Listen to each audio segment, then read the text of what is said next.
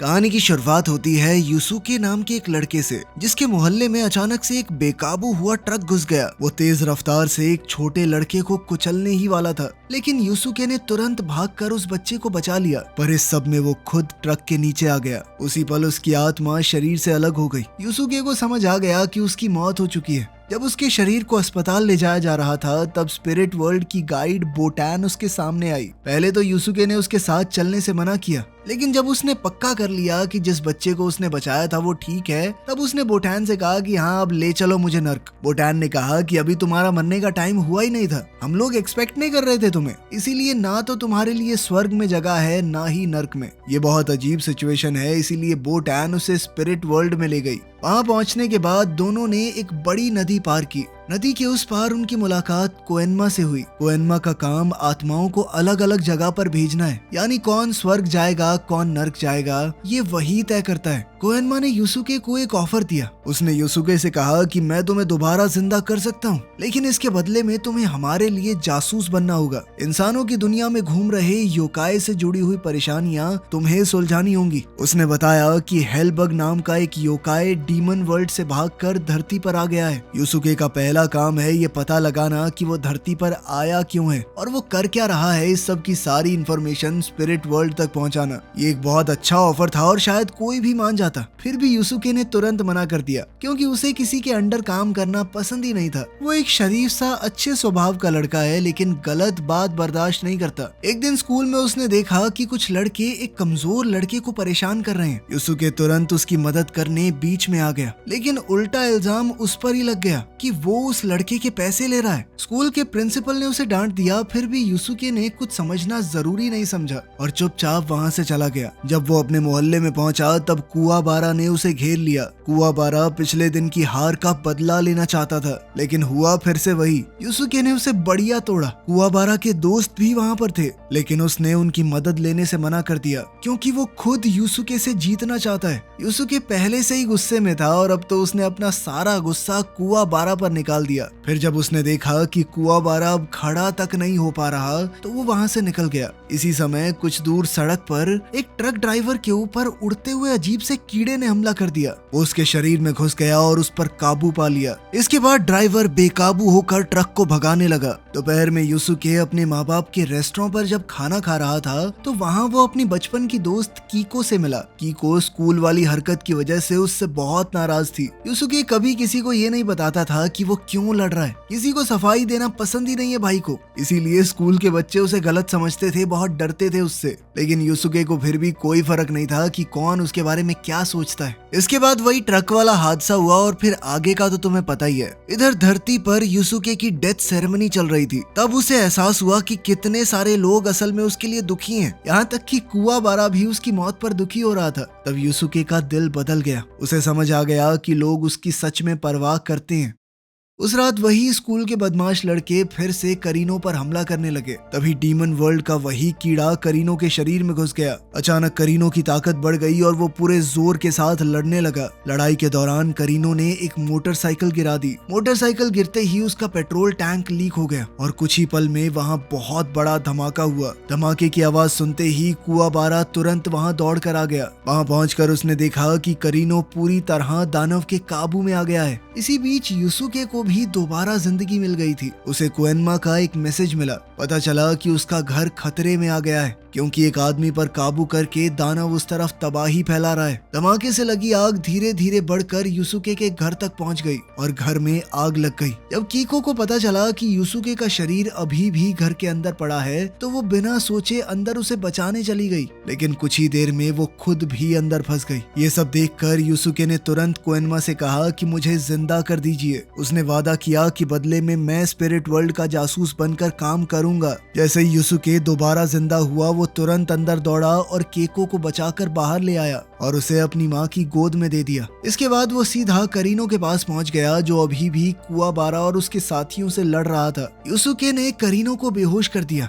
लेकिन जल्द ही उसे समझ आ गया कि असली प्रॉब्लम अभी खत्म नहीं हुई। करीनो के शरीर से उस दानवी कीड़े को निकालना बहुत जरूरी है, वरना करीनो खुद भी योकाई बन जाएगा। प्रॉब्लम ये थी कि उस कीड़े को निकालने के लिए उसे अपने अंदर की स्पिरिचुअल एनर्जी का इस्तेमाल करना होगा, और यूसुके को अभी ऐसा कुछ करना आता नहीं था। दूसरी तरफ प्रॉब्लम ये भी थी कि अगर करीनो ने उसे दोबारा जोर से मारा तो अब की बार वो शायद दोबारा मर जाएगा। सबसे बड़ी बात ये थी कि ये सब कुछ जिंदा रहते हुए करना पड़ेगा क्योंकि युसुके दोबारा नहीं मरना चाहता। युसुके ने चेन्स का इस्तेमाल करते हुए उस दानव को बांधने की कोशिश की और फिर जोर जोर से उसे मारने लगा, लेकिन करीनो जल्द ही छूट गया और उसने एक गैस सिलेंडर में छेद कर दिया। जैसे ही गैस आग से टकराई तो वहां जबरदस्त धमाका हुआ। युसुके बड़ी मुश्किल से बच पाया, लेकिन इस धमाके ने उसे दूर फेंक दिया। करीनो धीरे धीरे उसकी तरफ बढ़ने लगा। तब युसुके ने एक साइकिल का इस्तेमाल करके उसे दीवार के साथ फंसा दिया और करीनो से कहने लगा कि इस कीड़े के कंट्रोल से बाहर आ जा भाई।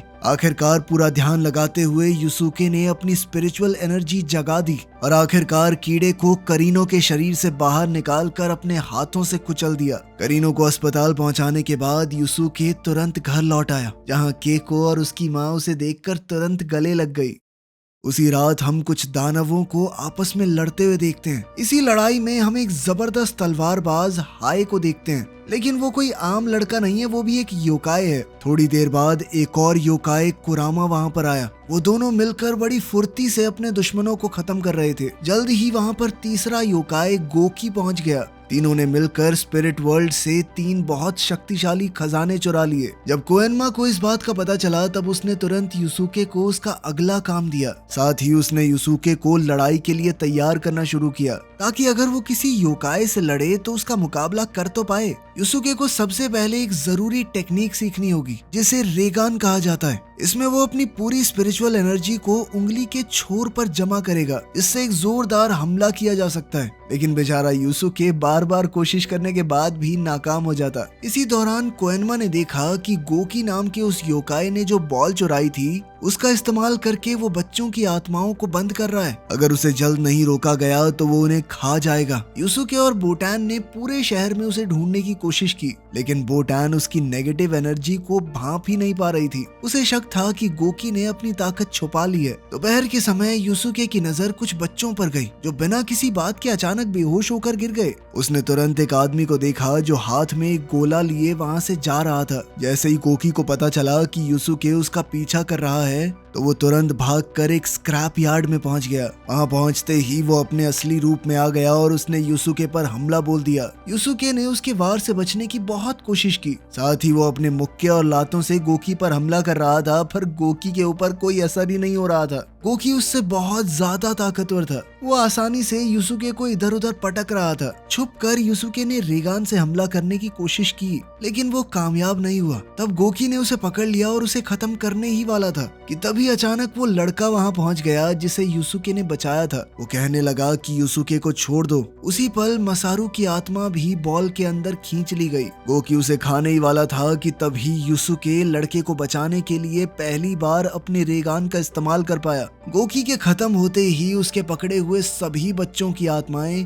वापस अपने अपने शरीर में चली गई। कुछ दूरी से कुरामा चुपचाप ये सब कुछ देख रहा था, लेकिन उसने इस लड़ाई में दखल देना सही नहीं समझा। अगली सुबह युसुके और बोटान मोहल्ले में चल रहे थे। तब कुआबारा ने उन्हें देख लिया और चुपके से उनका पीछा करने लगा। इसी दौरान युसुके को पता चला कि मिरर ऑफ डार्कनेस जो कि कुरामा के पास है किसी भी इच्छा को पूरा कर सकता है, लेकिन सिर्फ पूर्णिमा की रात में। बोटान उसे मैसेज देकर वहां से गायब हो गई और कुआबारा ये देखकर बिल्कुल शॉक हो गया। कुछ देर बाद युसुके की मुलाकात कुरामा से हुई। वो उसका पीछा करते हुए अस्पताल तक पहुंच गया। वहां उसे पता चला कि कुरामा अपनी बीमार माँ से मिलने आया है। कुरामा ने बताया कि वो शीशे का इस्तेमाल किसी गलत काम के लिए नहीं करना चाहता, अपनी माँ को ठीक करना चाहता है बस, और फिर शीशा वापस कर देगा। युसुके को तब समझ आया कि सारे योकाई बुरे नहीं होते। आज पूर्णिमा की रात थी। बोटान ने बताया कि उस शीशे के इस्तेमाल से विश तो पूरी हो जाएगी, लेकिन वो शीशा बदले में तुम्हारी जिंदगी ले लेगा। ये सुनकर युसुके समझ गया कि ऐसे तो कुरामा मारा जाएगा। उसे रोकने के लिए तुरंत अस्पताल की तरफ भागा।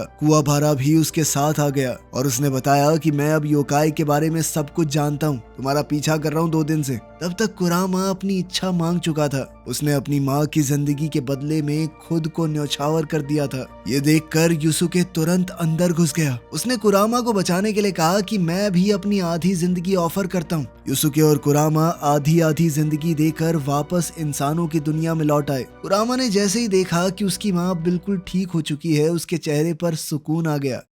दूसरी तरफ हाय नाम के उस तलवारबाज ने एक बेहद कीमती टीयर स्टोन चुरा लिया। ये स्टोन बहुत रेयर था क्योंकि ये सिर्फ युकीना नाम की लड़की के आंसुओं से बनता था। उसने ये चोरी तुरुकाने नाम के एक बिलियनर से की थी, जिसको जब ये बात पता चली तो वो बहुत गुस्से में आ गया। उसने अपने डीमन साथी साकियो को इस बारे में बताया। साकियो ने कहा कि कोई बात नहीं, मेरे आदमी युकीना को पकड़कर तुम्हारे घर ही ले आएंगे, वहाँ उसे रुलाते रहेंगे, टीयर स्टोन कमाते रहेंगे। इसी बीच युसुके को एक नया मिशन दिया गया। उसे कुमा स्वॉर्ड को वापस लेकर आना है जो कि हाय ने चुराई थी। कोएनमा ने बताया कि ये तलवार अपने मालिक को जो ताकत चाहिए वो दे देती है, इसीलिए तुम्हें उसका सामना बहुत सावधानी से करना होगा। कुछ दिनों बाद जब युसुके का सामना हाय से असलियत में हुआ, उसने सीधा हमला कर दिया, लेकिन हाय उसके हर एक अटैक से बहुत आसानी से बच जाता। उसे तो तलवार निकालने की जरूरत तक नहीं पड़ी। उसने समझ लिया कि युसुके अभी भी मुकाबला करने लायक नहीं है। उसने युसुके को बुरी तरह हरा कर कहा कि जान निकल जाए यहाँ से, थोड़ा सीख के आ लड़ना। उधर तुरुकाने डीमन साकियो के घर पहुंच गया। वहां उसने देखा कि साकियो ने तो एक एरिना बनाया हुआ है जहां पर योकाई एक दूसरे से लड़ते हैं। तोगुरो नाम के एक बेहद ताकतवर योकाई ने सिर्फ 30% ताकत का इस्तेमाल करके एक योकाई को एक ही मुक्के में 2 टुकड़ों में तोड़ दिया। ये देखकर सब डर गए कि क्या चीज है बे ये। साकियो चाहता था कि युकीना को भी रिंग में उतारा जाए। एक मुक्का पड़ेगा, फूट फूट के रोएगी लड़की, फिर मिल जाएंगे बहुत सारे स्टोन्स। लेकिन जब उसके आदमी युकीना को पकड़ने गए तो पता चला कि वो भाग गई है। दरअसल एक वर्कर ने उसकी मदद की थी, लेकिन एल्डर नाम के योकाई ने उसे हेलीकॉप्टर में छुपकर देख लिया। उसने अपनी लंबी उंगलियों से वर्कर को तुरंत मार दिया और युकीना को दोबारा से पकड़ लिया। खैर हाय के हाथों उसकी बुरी हार के बाद बोटान ने युसुके से कहा कि अब तुम्हें मार्शल आर्ट्स की ट्रेनिंग लेनी होगी। तभी कुवाबारा भी वहां आ गया और कहने लगा कि मैं भी ट्रेनिंग करूंगा। अब दोनों को तुरंत गेनकाई नाम की एक बूढ़ी औरत के टेंपल में ले जाया गया। गेनकाई ने तुरंत युसुके को चैलेंज दिया। युसुके ने बिना सोचे हमला कर दिया, लेकिन वो गेनकाई को छू भी नहीं पाया। गेनकाई उसके सारे अटैक्स से आसानी से बच गई और आखिर में एक लात मारकर उसे गिरा दिया। थोड़ी देर बाद युसुके ने उसकी टेक्निक कॉपी करने की कोशिश की, लेकिन आखिर में उसने हार मान ली। उधर कुवाबारा को ट्रेनिंग के तौर पर एक बड़े पत्थर को लकड़ी की तलवार से तोड़ने का काम दिया गया। युसुके को लगा कि ये तो नामुमकिन है, लेकिन कुवाबारा ने हिम्मत नहीं छोड़ी। उसने बार बार कोशिश की। उसके हाथ तक खून से भर गए, लेकिन वो फिर भी नहीं रुका। आखिर में उसके पास सिर्फ जब एक ही लकड़ी का टुकड़ा बचा, तब उसने अपनी पूरी ताकत लगाकर दोबारा से तलवार घुमाई। उसने अनजाने में अपनी स्पिरिचुअल एनर्जी का इस्तेमाल करके पत्थर को 2 हिस्सों में काट दिया था। ये देखकर युसुके को भी हिम्मत मिली। उसने और मेहनत शुरू कर दी। जल्द ही गेनकाई ने महसूस किया कि युसुके अपनी एनर्जी कंट्रोल करना सीख गया है। अब वो अगले लेवल के लिए तैयार था। कुछ ही समय में युसुके ने अपना पहला एनर्जी शॉट फायर किया। वो एनर्जी बीम बेहद ताकतवर थी और उसे बादलों के बीच से जाते हुए टोगुरो ने देख लिया। गेनकाई को समझ आ गया कि अब दुश्मन पास आ रहा है। गेनकाई ने तुरंत युसुके को बुलाया और उसे स्पिरिट बॉल की एनर्जी दी। ये एक बेहद ताकतवर शक्ति थी। युसुके ने वादा किया कि वो इस ताकत का इस्तेमाल अपने दोस्तों को बचाने के लिए ही करेगा। इसके बाद गेनकाई ने उन्हें पहाड़ से नीचे जाने को कहा और ट्रेनिंग खत्म हो गई। उसी रात तेज तूफान के बीच गेनकाई का सामना उसी आदमी से हुआ जिसे वो 50 साल पहले जानती थी। दोनों के बीच एक जबरदस्त लड़ाई हुई। इसी दौरान युसुके जब खाना खा रहा था तो वो दोबारा केको से मिला। जब वो खाना खा के निकलने लगा तो उसने देखा कि हाय ने केको को अपने कंधे पे उठा रखा है। गुस्से में युसुके तुरंत उसके पीछे भागा और हाय से लड़ने लगा, लेकिन सच कुछ और ही निकला। केको को हाय ने नहीं बल्कि एल्डर नाम के योकाई ने उठाया था। एल्डर के पास ताकत थी, वो अपना रूप बदल सकता था। उसका प्लान था युसुके और हाय को आपस में लड़वा कर मरवा देना। इस बार जब युसुके ने हाय से फाइट की तो वो पहले जैसा कमजोर नहीं था। दोनों लगभग बराबर की टक्कर दे रहे थे एक दूसरे को। तभी कुरामा वहां पर आया और उनकी गलत फहमी क्लियर की। कुरामा ने उसे बताया कि केको को जिसने पकड़ा है वही युकीना को पकड़कर लेकर गया है और युकीना हाय की बहन है। तो मतलब साफ था कि सबको मिलकर उन्हें बचाना होगा। युसुके ने कुरामा की जान बचाई थी तो वो भी साथ चलने को तैयार हो गया। कुवाबारा भी तुरंत उनके साथ जुड़ गया। तभी साकियो को भी खबर मिल गई कि कुछ लोग मिलकर उसका सामना करने आ रहे हैं। साकियो ने कहा कि उन्हें इज्जत से लेकर आओ, ऐसे कैसे पहुंच पाएंगे वो। इसके बाद मैसेंजर खुद उन्हें आइलैंड ऑफ डार्कनेस तक ले जाने आया।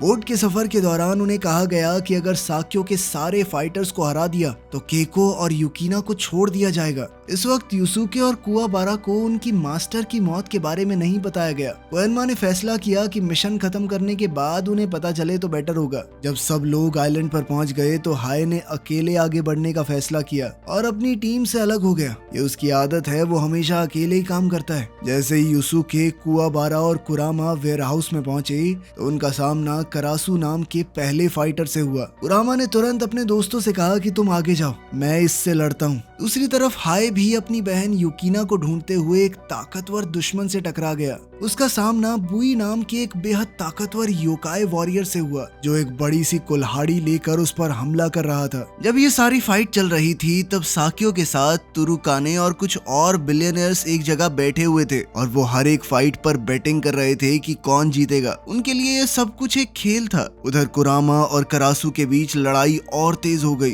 करासु बार बार फायर बॉल्स फेंक रहा था और कुरामा किसी तरह इस सब से बचने की कोशिश में लगा हुआ था। साथ ही वो अपने चाबुक से हमला करता रहता, लेकिन करासु को अभी भी बहुत गुस्सा आ रहा था। वो चाहता है कि कुरामा अपने असली दानवी रूप में आकर उससे लड़े। अब करासु ने एक साथ बहुत सारे बॉम्ब्स फेंक दिए। कुरामा बड़ी मुश्किल से बच पाया और तब उसने फैसला किया कि अब तो उसे अपने असली योकाई रूप में आना ही पड़ेगा। जैसे ही कुरामा ट्रांसफॉर्म हुआ उसकी स्पीड तुरंत बढ़ गई। अब वो पहले से ज्यादा ताकतवर लग रहा था। उसने अपनी ताकत से ऐसे पौधे उगा दिए जो इंसानों तक को खा जाएं। ये पौधे किसी भी हिलती हुई चीज को देखते ही हमला करते थे। फाइट और भयानक हो गई। आखिर में कुरामा ने करासु को पकड़ लिया, लेकिन इतनी ताकत इस्तेमाल करने के बाद उसकी सुपर नेचुरल पावर कम हो गई और वो अपनी इंसानी फॉर्म में वापस आ गया। दूसरी तरफ हाय और बुई की फाइट चल रही थी। हाय ने अपनी तलवार से बुई पर हमला किया, लेकिन बुई के कवच ने उसे घायल होने से बचा लिया। लेकिन कुछ देर बाद बुई समझ गया कि अगर उसे हाय को हराना है तो उसे अपना कवच हटाना पड़ेगा, क्योंकि वो उसकी स्पीड को काफी कम भी कर देता है। जैसे ही उसने आर्मर हटाया उसकी स्पीड बढ़ गई। उसने तुरंत हाय की तलवार पकड़ ली और उस पर तेज हमला किया। तब हाय ने फैसला किया कि उसे भी अपना सबसे ताकतवर अटैक इस्तेमाल करना होगा। उसने अपने हाथ पर बंधी हुई बैंडेजेस हटा दी। इसके तुरंत बाद काले धुएं से बना हुआ एक ड्रैगन उसके शरीर के आसपास दिखने लगा।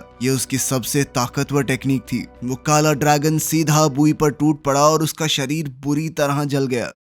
उधर केको, जिसे अभी तक पता ही नहीं था कि यूसुके उसे बचाने आइलैंड पर आ चुका है, उसने खुद बचकर निकलने का प्लान बनाया। उसने गार्ड को पागल बनाने के लिए बीमार होने का नाटक किया। जैसे ही गार्ड सेल खोलकर अंदर आया तो केको ने तुरंत उस पर हमला कर दिया। गार्ड को बेहोश करने के बाद केको वहां से निकलने की कोशिश करने लगी। उसने अपने सेल से निकलकर तुरंत युकिना को भी छुड़वा दिया और दोनों मिलकर वहां से निकलने की कोशिश करने लगे। दोनों धीरे धीरे रास्ता ढूंढते हुए बाहर की तरफ बढ़ने लगे। वो जानती थी कि बाहर निकलना आसान नहीं होगा, लेकिन हिम्मत नहीं छोड़ी। उधर यूसुके और कुवाबारा कालकोठरी के अलग अलग हिस्सों में केको को ढूंढ रहे थे। दोनों ने फैसला किया कि अगर वो अलग अलग होकर ढूंढेंगे तो जल्दी मिल सकती है वो। कुछ देर बाद कावाबुरा को केको और युकिना दोनों मिल गई। जैसे ही उसने युकिना को देखा वो तुरंत उस पर फिदा हो गया। उसने एकदम हीरो के अंदाज में कहा कि मैं तुम्हें बचाने यहाँ पर आया हूँ, कोई तुम्हें उंगली भी नहीं लगा पाएगा सेनोरिटा। केको को उसका ये अंदाज देखकर थोड़ी सी हंसी आ गई। दूसरी तरफ कुरामा और करासु की लड़ाई में करासु लगातार एक्सप्लोजन्स कर रहा था और कुरामा हैरान था कि ये रुक क्यों नहीं रहा,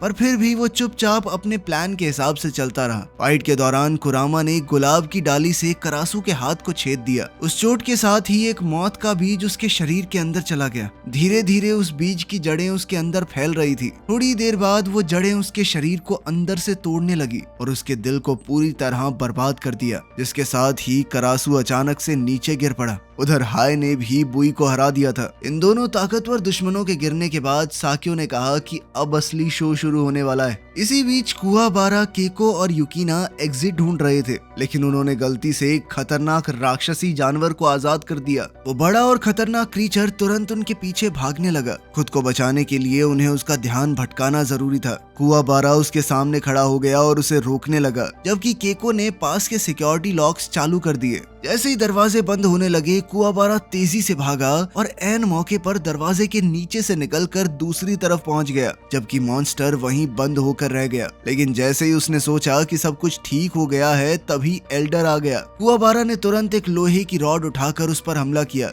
लेकिन एल्डर का शरीर बहुत अजीब था, उसे कितना भी मार लो वो खुद से ठीक हो जाता है। उधर यूसुके मैंशन के अंदर दौड़ते हुए एरिना तक पहुंच गया। वहां साक्यो ने उसे कहा कि अगर तुमने तोगुरो को भी हरा दिया तो मैं दोनों लड़कियों को आजाद कर दूंगा। फाइट शुरू होने ही वाली थी कि तभी एक वर्कर दौड़ता हुआ आया और उसने बताया कि इंसानों और राक्षसों की दुनिया को जोड़ने वाला पोर्टल खुल गया है। तोगुरो ने यूसुके से सीधा कहा कि मैं अपनी पावर बिल्कुल भी नहीं रोकने वाला, 100 की 100% इस्तेमाल करूंगा। उसने तुरंत बहुत ताकतवर हमले शुरू कर दिए। यूसुके को कई जोरदार लातें लगी, फिर भी वो गिरा नहीं। एक बेहद ताकतवर मुक्के से टोगुरो ने एरिना का फ्लोर ही तोड़ दिया। उस झटके से एक लैंप पोस्ट गिर गया और सीधा उस जगह तक पहुंच गया जहां पर अमीर लोग बैठे थे। ये देखकर तारुकाने और बाकी लोग डर के मारे आइलैंड छोड़कर भागने लगे। भागते वक्त तुरुकाने कालकोठरी में युकीना को ढूंढने लगा, लेकिन वहां उसका सामना उसी बड़े से खूंखार जानवर से हुआ जिसने उसे तुरंत खा लिया। उसकी कहानी यहीं खत्म। उधर केको ने देखा कि कुआबारा फिर से खतरे में है। उसने एल्डर का ध्यान भटकाने के लिए एक चीज उसकी तरफ फेंकी। अब एल्डर का टारगेट कीको बन गई। जैसे ही एल्डर उस पर हमला करने वाला था, कुआबारा ने अपनी स्पिरिचुअल एनर्जी वाली तलवार बनाई और एल्डर के शरीर को टुकड़ों में काट दिया। लेकिन वो फिर भी दोबारा ठीक हो गया और उसने पलटवार करते हुए कुआबारा के कंधे को छेद दिया। इसी वक्त कोएनमा ने देखा कि पोर्टल से बहुत सारे दानव निकल रहे हैं। उन्हें रोकने के लिए उसने आइलैंड ऑफ डार्कनेस के चारों तरफ एनर्जी शील्ड बना दी। लेकिन अगर पोर्टल और बड़ा होता गया तो शील्ड ज्यादा देर तक नहीं टिक पाएगी। कोएनमा तुरंत साक्यो के पास गया और उससे पूछा कि तुम चाहते क्या हो। साक्यो ने सीधा जवाब दिया कि मैं इस प्लेनेट को बिल्कुल वैसा ही बनाना चाहता हूँ जैसा ये पहले हुआ करता था। तुमने पोर्टल बना के इंसानों और दानवों को अलग किया है, पहले सब यहीं रहते थे। एक बड़ी मेटल की जाली का टुकड़ा यूसुके पर गिरने ही वाला था, तभी हाय वहां पहुंच गया और उसे अपनी तलवार से 2 टुकड़ों में काट दिया। थोड़ी देर बाद कुरामा भी वहां आ गया और अब तीनों साथ खड़े हैं। उन तीनों को देखकर साक्यो ने एक शर्त रखी। उसने कहा कि अगर तुम लोग जीत गए तो मैं पोर्टल बंद कर दूंगा, और अगर तोगुरो जीत गया तो कोएनमा को दोनों दुनिया के बीच वाला बैरियर हटाना पड़ेगा। कोएनमा ने कहा कि मुझे तुम्हारे ऊपर भरोसा नहीं है, तुमने अभी बंद कर दिया, बाद में दोबारा खोल दिया पोर्टल फिर। इस पर साक्यो ने कहा कि तुम मुझे खुद नर्क छोड़ कर आना, ठीक है। अब यूसुके, हाय और कुरामा तीनों ने मिलकर तोगुरो पर हमला किया, लेकिन तोगुरो इतना ताकतवर था कि उसने तीनों को नीचे गिरा दिया। वो यूसुके को खत्म करने ही वाला था कि तभी कुरामा और हाय ने मिलकर उसे पकड़ लिया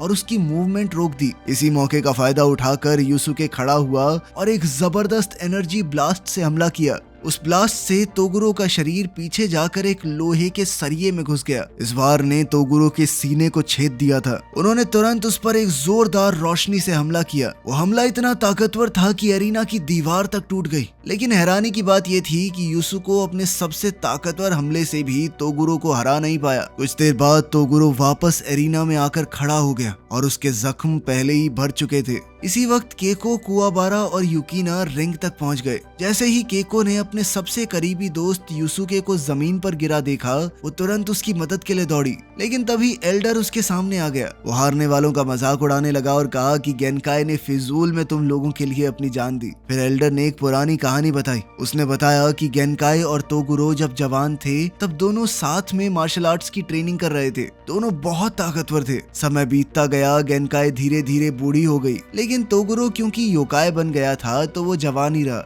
कई सालों बाद अब दोनों का आखिरी मुकाबला हुआ, जिसमें तोगुरो ने बिना किसी पछतावे के गेनकाई को हरा दिया और उसे मार डाला। ये कहानी खत्म हुई ही थी कि तभी तोगुरो को बहुत गुस्सा आ गया और उसने खुद ही एल्डर पर हमला कर दिया। सिर्फ एक ही मुक्के में उसने एल्डर को ढेर कर दिया। जैसे ही कुआबारा को पता चला कि उसे सिखाने वाली सेंसे गेनकाई मर चुकी है, वो गुस्से से भर गया। उसने तुरंत अपनी तलवार से तोगुरो पर हमला किया, लेकिन तोगुरो ने उसके वार को बहुत आसानी से रोक लिया और उसे तुरंत नीचे गिरा दिया। जब तोगुरो कुआबारा को कुचलने वाला था तब यूसुके दोबारा खड़ा हो गया। इस बार उसने गेनकाई से मिली हुई स्पिरिट स्फीयर की ताकत का इस्तेमाल किया। गुस्से से भरकर उसने तोगुरो पर लगातार कई मुक्के मारे और उसे जमीन के अंदर दबा दिया। लेकिन कुछ ही पलों में तोगुरो फिर से बाहर आ गया। अब उसका शरीर पहले से 10 गुना बड़ा हो चुका था। अगर वो अपनी उंगलियों को फ्लिक तक कर रहा था, उससे निकलने वाली हवा भी हथियार बन गई थी। इस रूप में वो बेहद खतरनाक लग रहा था। उसकी ताकत के सामने सामने कुवाबारा तुरंत हार गया। युसुके के हमलों का उस पर कोई असर नहीं हो रहा था। तब तोगुरो ने अपना दर्द बताया। उसने कहा कि एक दिन उसने अपने सभी स्टूडेंट्स को एक डीमन के हाथों मरते हुए देखा। उस पल उसके अंदर छुपी हुई ताकत जागी और यही बदलाव उसे योकाई बनने की तरफ ले गया। अब वो चाहता था कि युसुके भी वही दर्द महसूस करे ताकि उसके अंदर छुपी ताकत भी जाग जाए और तोगुरो को बराबरी का मुकाबला मिले। अब तोगुरो ने फैसला किया कि वो केको और युकिना को खत्म करेगा। युसुके और बाकी सब ने उसे रोकने की कोशिश की, लेकिन कोई भी उसे रोक नहीं पाया। तब कुवाबारा, जो कि जानता है कि वो उस दानव को नहीं हरा सकता, फिर भी अपनी जान रिस्क में डालकर केको और युकिना को बचाने के लिए आगे बढ़ा और इसी कोशिश में उसका पेट बुरी तरह से जख्मी हो गया। जब युसुके ने कुवाबारा को मरते हुए देखा, उसका गुस्सा अपनी चरम सीमा तक पहुंच गया। उसकी स्पिरिचुअल एनर्जी की सभी हदें पार हो गई। अब उसने फैसला किया कि लड़ाई यहीं पर खत्म होगी। उसने अपनी पूरी ताकत सिर्फ एक हमले में झोंक दी और फिर युसुके ने आज तक का सबसे ताकतवर स्पिरिट ब्लास्ट हमला किया। तोगुरो ने उस एनर्जी स्फीयर को रोकने के लिए अपनी सभी मसल्स का इस्तेमाल किया।